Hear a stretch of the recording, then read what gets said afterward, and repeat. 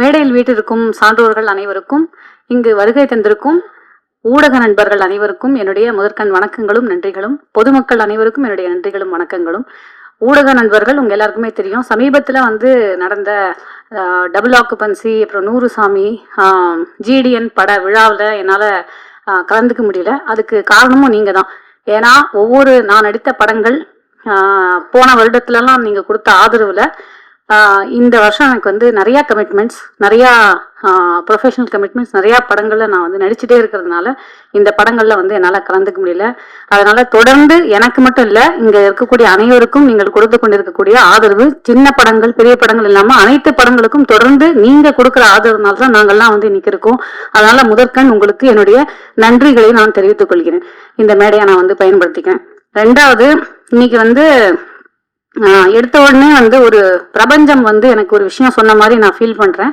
அதுக்கு மன்சூர் அலிகான் சார் இந்த all pass திரைப்படத்துக்கு கரெக்டா அந்த ஆடியோ லான்ச்சுக்கு ஒரு கண்டென்ட் கிடைச்சிருச்சு அப்படிதான் சொல்லணும். ஏன்னா எல்லா திரைப்படத்துலயும் ஏதோ ஒரு விஷயம் ஒரு ஆடியோ லான்ச்ல நடக்கும். இன்னைக்கு அவர் பேசினது உங்களுக்கு வேணா இல்ல பொதுமக்களுக்கு ஒரு கண்டென்ட்டா இருக்கலாம். எல்லாருமே வீடியோ எடுத்துட்டு இருந்தீங்க. ஆனா சாருடைய ஆதங்கத்தை என்னால புரிஞ்சுக்க முடியுது. இந்த இடத்துல நான் அவருக்கு அவருக்கு ரிப்ளை கொடுக்கறதுக்கு நான் ஒரு இடத்துல இல்லை. அதாவது அவருக்கு ஒரு ஆன்சர் பண்ற இடத்துல நான் இல்லை. ஆனா நான் இப்படி யோசிக்கிறேன் இந்த விஷயத்த. நானும் இந்த ஆதங்கத்தை நிறைய இடத்துல நான் ஃபேஸ் பண்ணியிருக்கேன். ஏன்னா ஒரு சப்போர்ட்டிங் ஆர்டிஸ்டா பல நேரத்துல நம்ம ஏதோ ஒரு இடத்துல நம்மளுடைய கேரக்டர் ஒரு ஆர்க்கே இல்லாம முடிஞ்சிரும், இல்லைன்னா இருட்டடிக்கப்பட்டுருவோமோ அப்படிங்கிற மாதிரிலாம். ஒரு உதாரணத்துக்கு கோமாளி அப்படிங்கிற திரைப்படத்துல, நான் இது சில மேடைகள்ல நான் சொல்லல, ஆனா ஒரு சில பேட்டிகள்ல சொல்லியிருக்கேன். கோமாளி அப்படிங்கிற திரைப்படம் நீங்க பாத்திருப்பீங்க. அந்த திரைப்படத்துடைய ஆடியோ லான்ச் ஏதோ ஒரு பிரஸ் ஷோ ஏதோ ஒண்ணு, அதுல நான் இன்வைட் பண்ணி 1 மணி நேரம் வீட்டுல ஒரு மேக்கப் ஆர்டிஸ்ட வீட்டுக்கு வர சொல்லி மேக்கப் எல்லாம் போட்டு ஹேர் எல்லாம் பண்ணி சாரி எல்லாம் ட்ரேப் எல்லாம் பண்ணிட்டு நான் போறேன். அங்க போனா வேல்ஸ் உடைய அந்த ஸ்கூல் ஆர் காலேஜ் அந்த ஸ்டூடெண்ட்ஸுக்கு மத்தியில ஒரு கடைசி ரோக்கு முன்னாடி ஒரு 2 ரோ முன்னாடி எனக்கு ஒரு இடம் கொடுத்து என்ன உட்காந்து வச்சிருந்தாங்க.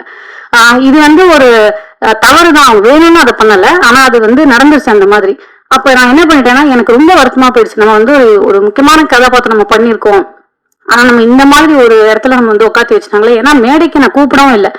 நான் என்ன பண்ணிட்டேன், சரின்னு சொல்லிட்டு என்னோட டிரைவருக்கு ஃபோன் பண்ணி வண்டி எடுத்துருப்பா, நான் வந்துடுறேன் வெளியில அப்படின்னு சொல்லிட்டு நான் வெளியில அப்படியே வீட்டுக்கு வந்துட்டேன்.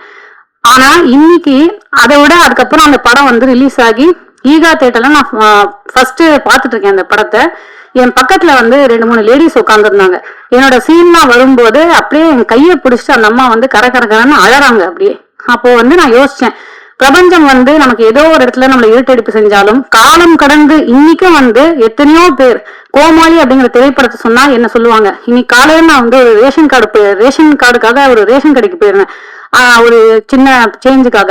அந்த இடத்துல கூட அந்த கோமாளி படத்தை சொல்றாங்க. அப்ப ஏன்னா நான் என்ன நினைக்கிறேன்னா, ஒரு ஆர்டிஸ்டுக்கு எங்க நம்ம இருட்டடிப்பு இந்த இதுக்குள்ள நடந்தாலும், ஒரு இடத்துல நமக்கு இருட்டடிப்பு நடந்தாலும் நம்மளுடைய ஒவ்வொரு கதாபாத்திரமும் காலம் கடந்து நிற்கும். அதனால அந்த ஆர்கானிக்கா மக்கள் மத்தியில நமக்கு கிடைக்கக்கூடிய செல்வாக்கு அப்படிங்கிறது யாருமே இருட்டடிப்பு செய்யவே முடியாது. பிரபஞ்சம் அதை பார்த்து கொள்ளும். இதை நம்ம பாசிட்டிவா சார் நீங்க வருத்தப்படாதீங்க, உங்களுடைய ஆதங்கம் எனக்கு புரியுது. ஆனா இதுதான் உண்மை. காலம் கடந்தும் நீங்க செஞ்ச ஒவ்வொரு கேரக்டரும் உங்களுக்காக நின்று பேசும். மக்கள் மத்தியில இன்னும் தமிழ் ஜனம் சினிமா எவ்வளவு வருஷம் இருந்தாலும் நம்ம எல்லாரும் ஒவ்வொருத்தரும் அந்த ஸ்கிரீன்ல நம்ம தெரியும். அதனால அது நம்ம அப்படி எடுத்துக்க வேண்டிய அவசியம் கிடையாது. இன்னொன்னு ஜிடிஎன்ல நான் நடிச்சிருக்கேன், ஒரு சின்ன கதாபாத்திரம் பண்ணியிருக்கேன். நூறுசாமி பாருங்க, நான் ஒரு சின்ன கதாபாத்திரம் பண்ணியிருக்கேன். நம்ம சொல்ற இடத்துல எல்லாம் நான் யோசிப்பேன், எனக்கு பல படங்கள்ல நம்ம அங்கங்க தெரிஞ்சுட்டு போயிடுவோம். ஆனா இந்த படத்துல நான் முதல்ல 2 பேருக்கு நான் நன்றி சொல்லணும் அப்படின்னு நினைக்கிறேன். ஒண்ணு, இயக்குனர் மைதீன் அவர்களுக்கும், இந்த ஒன் ஸ்டெப் என்டர்டெயின்மெண்ட் தயாரிப்பாளர் மோகனா அவர்களுக்கும். ஏன்னா இவங்க 2 பேரு தான் நான் ஃபர்ஸ்ட் டைம் கதை கேட்கறதுக்காக நான் அவங்க ஆபீஸ் போகும்போது என்கிட்ட சொன்னது, படம் எத்தனை நாள் ஷூட் அப்படிங்கும் போது ஒரு 45 to 50 days எடுக்க போறோம், உங்களுக்கு ஒரு 35 நாள் இருக்கும் அப்படின்னாங்க. ஏன் 35 நாள்னா நம்ம அவ்வளவு பெரிய கதாபாத்திரமா பண்றோம், இவ்வளவு நாள், அதுவும் 99 கால் ஷீட் அப்படின்னாங்க. நான் அப்ப யோசிச்சேன், என்னடா படம் ஃபுல்லா நம்ம தான் வரோம்னா, அது உண்மையாவே அது அப்படிதான் இருந்தது. ஒரு சிறிய படத்தில், அதாவது சிறிய படம் சொல்ல முடியாது, ஒரு இந்த பட்ஜெட்ல செய்யக்கூடிய ஒரு படத்துல த்ரூட்டா ஒரு வரக்கூடிய ஒரு கதாபாத்திரமா, அந்த கதையோட்டத்தோட வரக்கூடிய கதாபாத்திரமா பண்றது வந்து அவ்வளவு வந்து மனநிறைவா இருக்கு. அந்த மனநிறைவை எனக்கு கொடுத்ததுக்காக முதல்ல இந்த 2 பேருக்கும் நான் வந்து நன்றி தெரிவிச்சு ஆகும். இயக்குனர் அவர்களை பத்தி சொல்லணும்னா, அவர் வந்து நாங்க ஒரு விஷயம் அவர்கிட்ட இப்ப வந்து அசிஸ்டன்ட் டைரக்டரோட பேசிட்டு இருக்கும்போது அவங்க வந்து சொன்னாங்களா, இந்த மாதிரி இது வாங்கணும், பொன்னாடை வாங்கணும் அப்படின்னு சொல்லிட்டு. அவர் சார் சொல்லியிருக்காரு, பொன்னாடை வேணாம், எல்லாருக்கும் யூஸ்ஃபுல்லா வந்து டவல் கொடுத்துருங்க அப்படின்னு சொல்லிட்டு. அதுக்கு வந்து இந்த மாதிரி தான், இதுதான் அவருடைய ஒரு பேசிக்கான வந்து ஒரு பொதுநலன் கருதுற ஒரு மனப்பான்மை. MS பிரபு சார் சொன்ன மாதிரி அவர் வந்து ஒரு நானும் அவரும், நான் அவரை சார்னும் அவர் என்ன மேடம்னு கூப்பிட ஆரம்பிச்சு இன்னைக்கு நானும் அவரும் தோழர் அப்படின்னு பேசிக்கக்கூடிய இடத்துக்கு நாங்க வந்து நிக்கிறோம். அந்த அளவுக்கு வந்து அவரு ஒரு சமத்துவம், சகோதரத்துவம், சமூக நீதி, இதை பற்றி நிறைய ஒரு ஆழ்ந்த சிந்தனை கொண்ட ஒரு மனிதர். இன்னைக்கு ஒரு காஸ்டியூமர்ல இருந்து அங்க பாருங்க காஸ்டியூமர் நிற்கிறாரு, அவரை கூட வந்து அழைச்சிருக்காரு. இது ரொம்ப வந்து அபூர்வமான ஒரு விஷயம். ஒவ்வொரு அசிஸ்டன்ட் டைரக்டரும், ஒரு அசிஸ்டன்ட் டைரக்டர் கூட இங்க இல்லாம வந்து இல்ல, எல்லா அசிஸ்டன்ட் டைரக்டர்ஸும் இன்னைக்கு வந்திருக்காங்க. அது மட்டும் இல்லாம அவர் வந்து ஒவ்வொரு நாள் படப்பிடிப்பு முடிஞ்சதுக்கு அப்புறம் ஈவினிங் வந்து உட்கார்ந்து இந்த டீ அப்படிங்கறத நம்ம எப்பயுமே யோசிப்போம், அந்த தேநீர் அப்படிங்கிறது எல்லா மனிதர்களையும் வந்து ஈக்குவலைஸ் பண்ணக்கூடிய ஒரு விஷயம் அப்படிங்கிறது. இப்பதான் சார் சொன்னார், ஆல் ஆர் ஈக்குவல் அப்படிங்கிற மாதிரி எல்லாரும் ஒன்று அப்படிங்கறத நிரூபிக்கிற வகையில ஷூட்டிங் முடிஞ்ச உடனே எல்லாரும் வந்து ஒரு சேர் போட்டு டைரக்டர் வந்து சென்டர்ல உட்கார்ந்து இருப்பாரு. அவரை சுத்தி வந்து எல்லாரும் உட்காந்து நாங்க வந்து நிறைய கதை பேசிட்டு தான் வீட்டுக்கு போவோம். ஷூட்டிங் ஸ்பாட்டை விட்டு போறதுக்கே அந்த மனசு வராது. அந்த அளவுக்கு வந்து ரொம்ப இனிமையா பழகக்கூடிய ஒரு சமத்துவத்தை, ஒரு சகோதரத்துவத்தை கடைபிடிக்கக்கூடிய ஒரு மனிதரா இருந்தாரு. அது வந்து ரொம்பவே பாராட்டத்தக்க ஒரு விஷயமா இருக்கு. அண்ட் மேடம் மோகனா மேம் வந்து நம்ம சிஎம் சார் மாதிரி ரொம்ப கம்மியா தான் பேசுவாங்க, ஆனா கரெக்டா பேசுவாங்க. இப்ப கூட பாத்தீங்கன்னா ஃபர்ஸ்ட் அவங்க வந்து வரவேற்புரை, எல்லாருக்கும் வணக்கம், நன்றி வணக்கம், அதோட முடிச்சிட்டாங்க. ஸோ அவங்க வந்து ஒரே ஒரு விஷயம், 2 விஷயம் அவங்கள பத்தி சொல்லி பாராட்டணும் இந்த இடத்துல. ஒவ்வொரு நாளும் அன்னன்னைக்கு பேமெண்ட்டை அன்னன்னைக்கு கொடுத்த ஒரு தயாரிப்பாளர். இது வந்து சினிமால ரொம்பவே அபூர்வமான ஒரு விஷயம். 2வது, அவங்க ஒரு பக்கம் வந்து தயாரிப்பாளர், இன்னொரு பக்கம் ஆர்டிஸ்ட். காலையில வருவாங்க, அவங்க வந்து எல்லாரோடையும் தனியா ரூம்ல போய் கேரவன்ல போய் சாப்பிடுறதுலாம் இல்ல, எல்லா டெக்னீஷியன்ஸோட வந்து ஃபுட்டு சாப்பிடுவாங்க. சாப்பிட்டு முடிச்சு அவங்க வந்து மேக்கப் போட்ட உடனே தயாரிப்பாளர் அப்படிங்கிற அந்த ஹேட்டை வந்து கழட்டி வச்சுட்டு ஒரு ஆர்டிஸ்டா மாறிடுவாங்க. எங்க கூட அப்படியே நடிச்சு கடைசியில வந்து ஈவினிங் அதை முடிக்கும் போதுதான் அவங்க திருப்பி தயாரிப்பாளராக மாறுவாங்க. அந்த 2 அவதாரத்தையும் ரொம்ப அழகா, இது வந்து அவங்க, நான் இந்த இடத்துல ஏன் பெருமைப்படுறேன்னா, ஒரு பெண்ணா இருந்து அவங்க இதை செஞ்சிருக்காங்க. எனக்கு வந்து நான் எத்தனையோ 3, அதாவது சுதா கொங்கரா மேம், அப்புறம் லட்சுமி ராமகிருஷ்ணன் மேம், பிரியா மேம், 3 பேரோட நான் வந்து ஒரு உமன் டைரக்டரோட நான் நடிச்சிருக்கேன். ஆனா இதுதான் என்னுடைய ஃபர்ஸ்ட் உமன் ப்ரொடியூசரோட நான் நடிக்கிறேன். ஸோ ஐ திங்க் பல பேருக்கு வந்து அந்த ஒரு அனுபவம் அப்படின்னு நினைக்கிறேன். முதல் பெண் தயாரிப்பாளரோட நடிக்கிற அனுபவம், ஒரு பெண்ணாக நான் வந்து ரொம்ப பெருமைப்படுறேன். தயவு செஞ்சு இதுக்கு நீங்க எல்லாரும் கை தட்டலாம். நான் இன்னும் ஒரு 2 நிமிஷம் மட்டும் எடுத்துக்கிறேன். அண்ட் இந்த படத்துல வந்து நீங்க ஃபர்ஸ்டே பார்த்துருப்பீங்க, இந்த ஆர்ட் டைரக்ஷன், நீங்க அவுட்டர் வந்து பாத்தீங்க. எல்லாரும் வந்து என்ன நினைக்கிறாங்கன்னா, அது சொல்லாமான்னு தெரியல, பார்த்தா நாங்க வந்து ஃபுல் படம் வந்து நார்த் மெட்ராஸ்ல ஷூட் பண்ண மாதிரி இருக்கும். ஆனா இது வந்து ஃபுல் படம். ஓகே ஓகே, இது கட் பண்ணிடுங்க, இந்த இடத்த எடிட் பண்ணி தூக்கி எறிஞ்சிருங்க. ஓகே சரி,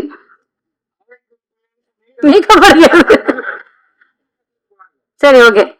நார்த் மெட்ராஸ் மக்களுக்கு இந்த நேரத்துல வந்து நான் நன்றி தெரிவிச்சுக்கணும். ஏன்னா எல்லாரும் நார்த் மெட்ராஸ் இப்படி அப்படின்னு அவங்கள பத்தி நம்ம நிறைய அசியூம் பண்ணி இங்க பேசிட்டு இருக்கோம். நாங்க அங்க வந்து ஷூட் பண்ணோம் பல நாட்கள். எந்த வீட்டுக்குள்ள வேணா எந்நேரமும் புகுந்து எங்களுக்கு ஒரு சேர் வேணும், ஸ்டூல் வேணும், அங்க அடிக்கிறதுக்கு ஆணி வேணும், எது கேட்டாலும் கொடுப்பாங்க. அவ்வளவு ஒரு அழகான மக்கள், அழகான ஒரு வாழ்வியல். அங்க வந்து அந்த நாட்கள் வந்து எங்களுக்கு ஷூட்டிங் போன மாதிரியே தெரியல. யாரோட வேணா எங்க வேணா உட்காந்து சாப்பிடலாம். அது மட்டும் இல்லாம மத்தியானம் வந்து எந்த வீட்லயாவது வந்து கேட்பாங்க, உங்களுக்கு வந்து மீன் இருக்கு, மீன் குழம்பு செஞ்சு கொண்டு வரலாமா அப்படிங்கிற மாதிரி எல்லாம் கேட்டாங்க. அந்த அளவுக்கு வந்து அந்த மக்கள் அவ்வளவு வந்து எங்களுக்கு ஹெல்ப் பண்ணாங்க. அந்த ஷூட்டிங் நடந்த அந்த காலகட்டத்துல அவங்களுக்கு வந்து இந்த மேடையில நான் வந்து நன்றி சொல்லணும் அப்படின்னு நான் நினைக்கிறேன். அண்ட் அப்கோர்ஸ் ஆர்ட் டைரக்டர் தான் நான் சொல்ல வந்தேன். அந்த அவை குறிப்பிலிருந்து நீக்கக்கூடிய விஷயங்கள் என்னன்னா, ஆர்ட் வந்து ரொம்ப பிரமாதமா இருக்கும். அந்த படம் பார்க்கும்போது உங்களுக்கு தெரியும், என்னால அதை என்னன்னு சொல்றதுன்னு தெரியல. லிரிக்ஸ் அப்கோர்ஸ் என்னோட ஃபேவரட் சாங் அந்த சம்பவக்காரி, அது வந்து ஃபேவரட் சாங். பட் இந்த படத்துல வந்து அந்த ஆல் பாஸ் சாங்கை தவிர, அது சாரி, அந்த பாட்டுடைய அந்த லிரிக்ஸ் வந்து என்னமோ அந்த என்னென்னமோ சொன்னீங்க. காசுதானே எல்லாம், அதுக்கு எல்லாரும் போடுவாங்க சலாம் அப்படிங்கிற அந்த லிரிக்ஸ வந்து இது வந்து காலத்துக்கும் இந்த லிரிக்ஸ் வந்து நிற்கும் அப்படின்னு நினைக்கிறேன். இது வந்து it's true of life. So இந்த லிரிக்ஸ் மட்டும் இல்லாம பல யதார்த்தமான பாடல்களை வந்து எழுதின மோகன்ராஜன் சார் அண்ட் விழாவின் நாயகன் அப்கோர்ஸ் ஜேம்ஸ் வசந்தன் அவர்கள். எல்லாரும் சொல்லிட்டாங்க அவரை பத்தி. அதாவது சுப்பிரமணியபுரத்துல இருந்து இன்னைக்கு வரைக்கும் அவரோட ஜேர்னி வந்து ஹஸ் பீன் வெரி இன்ஸ்பைரிங். அதுல முக்கியமா வந்து சமீபத்துல அவரு இளைஞர்களோட அவர் தன்னுடைய ரொம்ப ஒரு கொள்கை ரீதியான கொள்கை பிடிப்போட அவர் வந்து ஷேர் பண்ணிக்கிட்ட அவருடைய அரசியல் ரீதியான அரசியல் அப்படின்னு மட்டும் சொல்லாம அது வாக்கரசியல் அதுக்குள்ளேயே நான் போகல. ஆனா ஒரு அரசியல் ரீதியான ஒரு பார்வை அது வந்து அவருடைய ஒரு வேறு ஒரு பரிமாணத்தை இந்த உலகத்துக்கு வந்து காமிச்சது அப்படின்னு நினைக்கிறேன். அது வந்து எனக்கு ரொம்ப ரொம்ப இன்ஸ்பைரிங்கான ஒரு விஷயமா இருந்தது. ஏன்னா எந்த ஒரு இடத்துலயும் அவர் வந்து ஒரு பிசகாம அந்த விஷயங்களை வந்து இளைஞர்களோட அதுவும் இளைஞர்களா வந்து அவங்க மதித்து அவர்களை எந்த ஒரு இடத்துலயும் வந்து அந்த இளைஞர்களை ஒரு டாப் டவுன் டூ அப்படிங்கிற மாதிரி செய்யாம ரொம்ப அழகா அவங்களை வந்து கையாண்ட விதம் நீங்க எல்லாருமே பார்த்திருப்பீங்க. அது வந்து அவருக்கு ரொம்ப பெரிய ஒரு என்னுடைய பார்வையில அவர் எங்கேயோ வந்து எலிவேட் பண்ணிருச்சு. So thank you so much for that sir. And தொடர்ந்து வந்து இந்த படத்துல வந்து இந்த ஆல் பாஸ் அப்படிங்கிற சாங் எல்லாம் வந்து ரொம்ப கேட்சியான ஒரு டியூன். அது நடுவுல வரக்கூடிய அந்த மெலடி சார் சொன்ன மாதிரி எங்களுக்கு வந்து ரொம்ப அழகா அமைஞ்சிருக்கு. ரொம்ப ரொம்ப நன்றிகள். அண்ட் நிறைய சொல்லிட்டேன்னு நினைக்கிறேன். ஓகே, பிஆர்ஓ புவன் சார் அவர்களுக்கும் அப்புறம் இந்த திரைப்படத்துடைய அனைத்து assistant directors and cameraman Dil Raju sir மற்றும் அனைத்து டெக்னீஷியன்ஸ் அண்ட் என் கூட நடிச்ச ஆட்கள், அதாவது வந்து ஆல் தி ஆர்டிஸ்ட் ஒரே ஒரு வழியில ஒருத்தரை பத்தி நான் வந்து தேங்க் பண்ணி சொல்லிடுறேன். அப்கோர்ஸ் வந்து ஜெயபிரகாஷ் சார் சொல்லவே வேண்டாம், த சீனியர் மோஸ்ட். எதுக்குன்னா நான் ஏஜ் வைஸ்னா எதுவுமே சொல்லலை.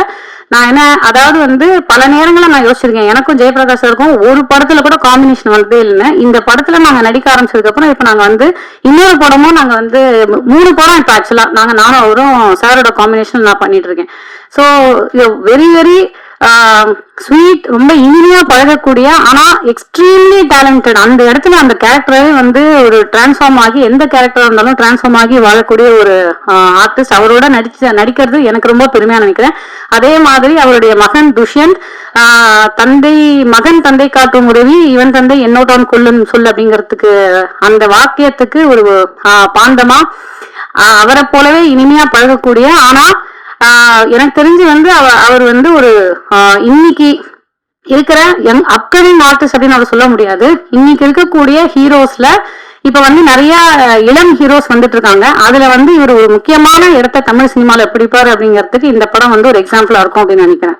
ஏன்னா அதுல வந்து இந்த படத்துல அப்படி ஒரு உழைப்பை வந்து அவர் போட்டிருக்காரு. இந்த படத்தை முடிச்சதுக்கு அப்புறம் நான் அவரை வந்து சமீபத்துல ஒரு ஷூட்டிங்ல மீட் பண்ணேன். அப்படி வந்து டிரான்ஸ்ஃபார்ம் ஆயிருக்காரு, பிசிக்கல் டிரான்ஸ்ஃபர்மேஷன். ஸோ அவரோட டெடிகேஷன் கண்டிப்பா வந்து அதுக்கு there be good result for that. And of course Janani அவங்களும் வந்து நம்ம எல்லாரும் தமிழ் பேசும் கதாநாயகி வந்து இல்லைன்னு நம்ம சொல்லுவோம். இன்னைக்கு வந்து தமிழ் பேசும் கதாநாயகி மட்டுமே இல்லைங்க, உங்களுக்கு இலங்கை தமிழ் பேசும் கதாநாயகி இலங்கையிலிருந்து வந்திருக்கக்கூடிய நம்முடைய ஜனனி அவர்கள். அவங்களுக்கு வந்து என்னுடைய வாழ்த்துக்கள். ரொம்ப அழகான வந்து ஒரு நடிப்பை வந்து காமிச்சிருக்காங்க. அண்ட் வருங்கால அமைச்சராக ஆகக்கூடிய ஒரு இடத்தில் இருக்கும் நம்முடைய சுப்பிரமணிய சிவா அவர்கள். இன்னைக்கு அவர் வரல, கூடிய சீக்கிரம் அவரோட வந்து நடித்த ஒரு அனுபவம் எனக்கு வந்து ரொம்ப நடிப்புங்கிறத மீறியும் அவரோட கிடைத்த நட்பு வந்து எனக்கு ரொம்ப பெருமையா இருக்கு. அண்ட் அப்கோர்ஸ் இந்த பாய் நெக்ஸ்ட் டோர் அப்படின்னு சொல்லக்கூடிய இடத்துல இல்லாம அந்த பர்சன் நெக்ஸ்ட் டோர், உண்மையாவே அடுத்த வீட்டுல வந்து ஒரு இப்படி ஒருத்தர் இருப்பாரு அப்படிங்கிறதுக்கு பிரசன்னா அவர்கள், நக்கலேஜ் பிரசன்னா குடும்பஸ்தன் படம் மூலமா வந்து ரைட்டரா அறிமுகமாகி பல படங்கள் நடிச்சிட்டு இருக்காரு. அவரும் வந்து ஒரு கேரக்டர் பண்ணியிருக்காரு, அவருக்கும் வாழ்த்துக்கள். சத்யா சார், அப்புறம் வந்து இவங்க மைதிலி அவங்க, அப்புறம் என்னுடைய மோஸ்ட் ஃபேவரட் செந்தில்குமாரி அவர்கள். அவங்கள பத்தி நான் சொல்லி ஆகணும். அதாவது 2010களின் அந்த டிகேடோடைய சுவாசிகா அப்படின்னு நான் அவங்கள சொல்லுவேன். ஏன்னா வந்து ரொம்ப டேலண்டட் பர்சன். இந்த மேடையில வந்து என்னுடைய ஃப்ரெண்ட்ஷிப்பை நட்பை வந்து பகிர்ந்துக்கிறது நான் ரொம்ப பெருமைப்படுறேன். அண்ட் அப்கோர்ஸ் எல்லாரையும் மீறி எங்க எல்லாரோடையும் இனிமையா பழகி ஒரு தயாரிப்பாளர் அப்படிங்கிற எந்த ஒரு ஆட்டிடியூடும் இல்லாம எங்க கூட நடிச்ச மோகனா மேம் வருங்க. அவங்க நீங்க இந்த படத்தை பாத்தீங்கன்னா தெரியும். அது வந்து அவங்க நிறைய முன்னாடி அவங்க பண்ணியிருக்காங்க. நடுவில் வந்து அவங்க ஒரு பிரேக் எடுத்துட்டு இப்பதான் ரொம்ப வருஷம் கழிச்சு நடிக்கிறாங்க. ஆனா எல்லா ஆர்டிஸ்டுக்குமே வந்து டப்பு கொடுக்குற மாதிரி அவங்களும் நடிச்சிருப்பாங்க. ஸோ அனைத்து கலைஞர்களுக்கும் கை தட்ட ஆரம்பிச்சிட்டாங்க. ஸோ நான் முடிச்சுக்கிறேன். Thank you so much.